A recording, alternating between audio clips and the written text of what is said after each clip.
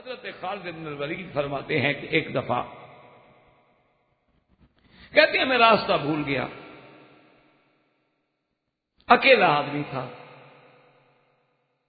ایک ایسے علاقے میں جا نکلا، مجھے پتا نہیں تھا کہ یہود کا علاقہ ہے، مجھے تو پتا نہیں تھا کہ یہ علاقہ یہودیوں کا ہے۔ میں جب وہاں گیا تو میں دیکھتا ہوں تو یہودیوں کا تو ایک جمع غفیر بڑا مجمع ہے، یہودی بیٹھے ہوئے۔ اب حضرت خالد بن ولید فرماتے ہیں میں نے یہی سوچا کہ اب بھاگنے کا فائدہ تو ہے کوئی نہیں، اتنے بڑے مجمع سے کون بھاگ جائے گا، تو بہتر ہے کہ اب اپنی بہادری قائم رکھو اور برداشت کرو۔ میں چلا گیا، میں نے دیکھا، میں نے کہا بھائی کیا بات ہے، کیوں اکٹھے ہو؟ انہوں نے کہا اصل میں آج جو ہے ہفتے کا دن ہے، یوم السبت ہے اور ہمارا عبادت کا چھٹی کا دن ہے، تو اس غار میں، پہاڑ کی ایک غار میں ہمارا ایک بہت بڑا راہب رہتا ہے، وہ اسی دن اس مقام پہ آ کے ہمیں تقریر کرتا ہے، تو ہم اس کی تقریر سننے کے لیے یہاں جمع ہوئے۔ حضرت خالد بن الولید رضی اللہ عنہ کہتے ہیں میں بھی چپ کر کے بیٹھا ہوں، بیٹھے بیٹھے بیٹھے تھوڑی دیر گزری تو آخر وہ ایک بندہ جو تھا نا غار سے، وہ راہب اترا، لیکن جب مجمع میں قریب آیا تو فوراً بے ساختہ کہا کہ هل فیکم احد من امت محمد، تم میں سے کوئی حضور کا غلام، حضور کا امتی ہے؟ اب حضرت خالد کہتے ہیں میں نے کہا کیا کروں، اب کہوں کہ نہیں تو نعوذ باللہ یہ بھی تو بڑی بزدلی کی بات ہے، اور کہتا ہوں ہاں تو پھر یہ مجھے چھوڑتے تو نہیں، لیکن میں نے کہا چلو صداقت ہی اختیار کرتے ہیں، ڈرنا کیا۔ میں نے کہا میں ہوں۔ اب جناب وہ سارے یہودی مجھے ایسے دیکھنے پر تیار ہوئے، آنکھیں ان کی سرخ ہو گئی، اور جناب میں نے اندازہ لگا لیا کہ ابھی مجھ پہ حملہ کرتی ہے، لیکن اس راہب نے میرا ہاتھ پکڑا، اس کے لیے جو انہوں نے ممبر بنایا تھا مجھے اوپر بٹھا دیا اور آپ مجھ سے نیچے بیٹھ گئے، اور اس کے بعد کہنے لگا کہ بھئی ناراض ہونے کی بات نہیں ہے کہ یہ وہ لوگ ہیں جن کا ذکر ہماری تورات و انجیل میں موجود ہے، یہ اصحاب رسول اللہ ہیں۔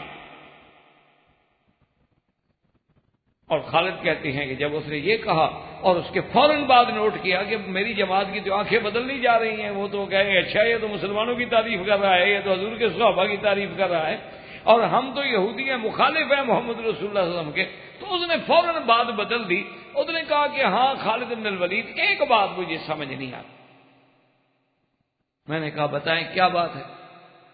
اس نے کہا کہ آپ کا نبی فرماتے ہیں کہ قیامت والے دن ایک حوض ہوگا، اس حوض سے 4 نہریں جاری ہیں، اور ایک نہر جو ہے وہ اس کو ہوگی ماشاءاللہ شہد کی، اور ایک نہر ہوگی دودھ کی، اور ایک نہر جو ہے ہوگی اصل کی، اور ایک نہر جو ہے وہ ایسے پانی کی جو اس میں کبھی خرابی نہ ہو۔